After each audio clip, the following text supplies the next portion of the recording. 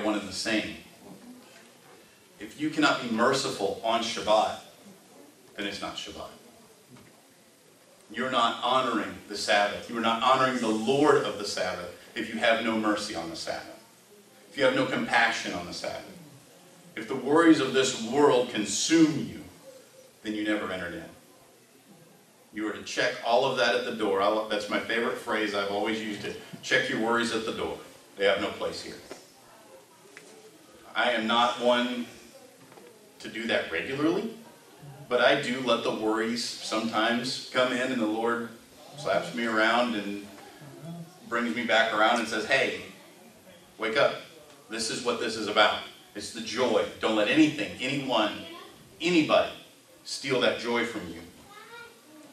Ephesians chapter 2 verse 4 says, but God being rich in mercy because of the great love with which he loves us. The Lord loves us in mercy. That is the essence of Shabbat. The essence of Shabbat is the mercy and the love of God.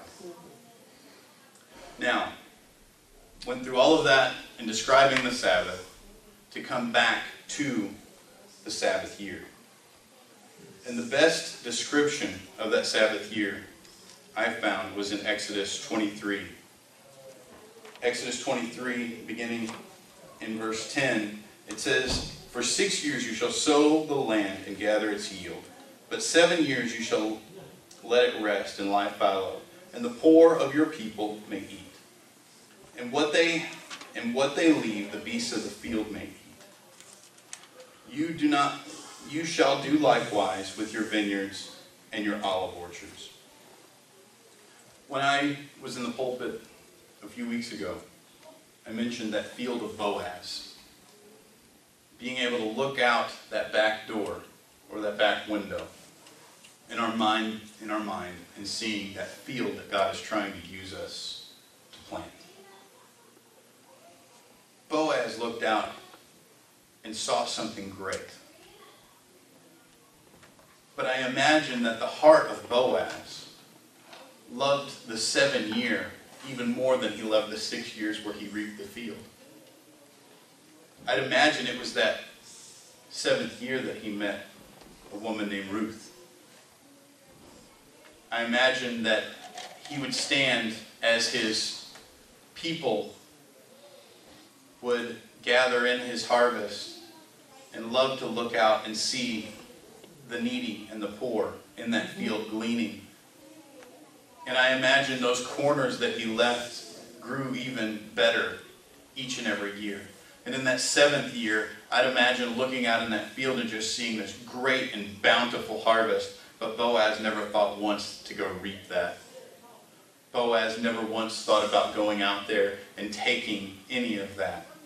Great joy entered his heart to see the poor and the needy out there gleaning from that. The smiles on their faces from such a bountiful harvest that God truly blessed them with, because Boaz didn't do anything. It was all God. God's passion is for the poor.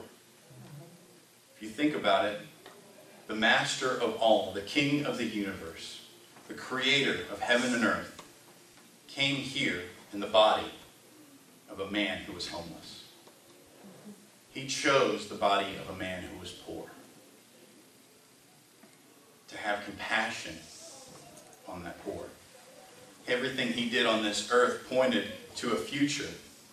That future is those that are poor in spirit shall be great in the kingdom of heaven. Those who are meek shall be great. Those are the ones that the Lord truly loves, not the proud and haughty, but those who will sit back as he did, silent before their accusers, and just take what this world has to offer and walk into the kingdom of glory, ornate with great riches, and a crown just to lay before his feet. I mentioned also about the vineyard, or the wild animals. I was a wild animal. The wild animals are the people who are sinful, You're not to mate your wild animals with tame animals. Wild animals were to glean from these crops as well. The poor and the wild animals were to be allowed to, I imagine, I know Jimmy and Pat probably deal with this regularly, but I have deer that come into my front yard. Those deer come in and they eat. My wife loves it. We've got a peach tree in our front yard, and those peaches, we never take them off. We let them grow and they fall to the ground. And there's always 2 turtles that come to our house and eat from those peaches. And it does my heart good. Yeah. Because God's creation is being fed by Him. Those 2 turtles come back each and every year because those peaches are going to be on the ground, and they know it. I've got a squirrel. He's my little buddy. And he comes and he'll eat peaches right there on my porch. I've got pictures of him sitting there eating a peach. Big old peaches almost bigger than him. But it does my heart good to watch those wild animals glean from God's produce. Because that's what I want in my life. I want them to glean from the produce, the fruit that God uses in me. I want someone who is wild to feed from that. What we do in the physical is testimony of what we do in the spiritual. In Deuteronomy 15, it talked about the release, freedom. That 7-year Sabbath was freedom from debt. I owe God a great debt. I owe Him my life. He spared His life for me. I don't know if you can grab hold of that. But for someone to lay down their life so that I can spend time with them, it's amazing. It's beyond anything you could ask for. Our God is amazing. Our Yeshua is amazing in everything that He does. He lived the life of a poor, homeless man. He gathered together fishermen and these men who were of no stature, no reputation. And He turned them into great disciples. The first 12, excluding Judas, including Paul, were amazing men. Even Thomas, who doubted the resurrection of the Master, of the Messiah, went on from what legend says, went on to India, went on to Asia, went out into great, vast areas preaching the gospel, and was killed for it. All of the disciples went and spread out all over the world so I could have this.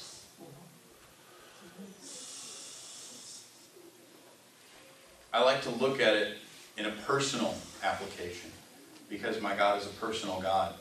Yeshua is personal to me. And I look at all those things that He did. He did it for us as a whole, but I know He was thinking of each one of us as an individual. He was thinking of me. He was thinking of each of us. And when we come into the Sabbath, when we come into the Sabbath rest, every part of His creation was deserving of that rest. Every person, every man and woman and child, every beast, tame and wild, every slave, male and female, even the ground, who He cursed for the sake of Adam, was given a year of rest. I did the math when I was sitting in the sanctuary. And in 7 years, there are 350 Sabbaths. That is exactly 1 Hebrew year. So He gave the freedom of an entire year of freedom in 7 years. An entire year of rest over 7 years. I don't know if you can grab hold of that. My boss didn't think that way. That's pretty awesome. It's amazing. Yeah. So I hope that this was able to enlighten, to illuminate the Sabbath. It did for me. And I don't know about you, but I had a really, really hard last 2 weeks. And I was supposed to give this teaching last week, and I wasn't able to. And I faced several, many trials. And when I came to the end of it, God had carried me all the way through to the end. And I saw this YouTube video of a man who was running track, and he prepared for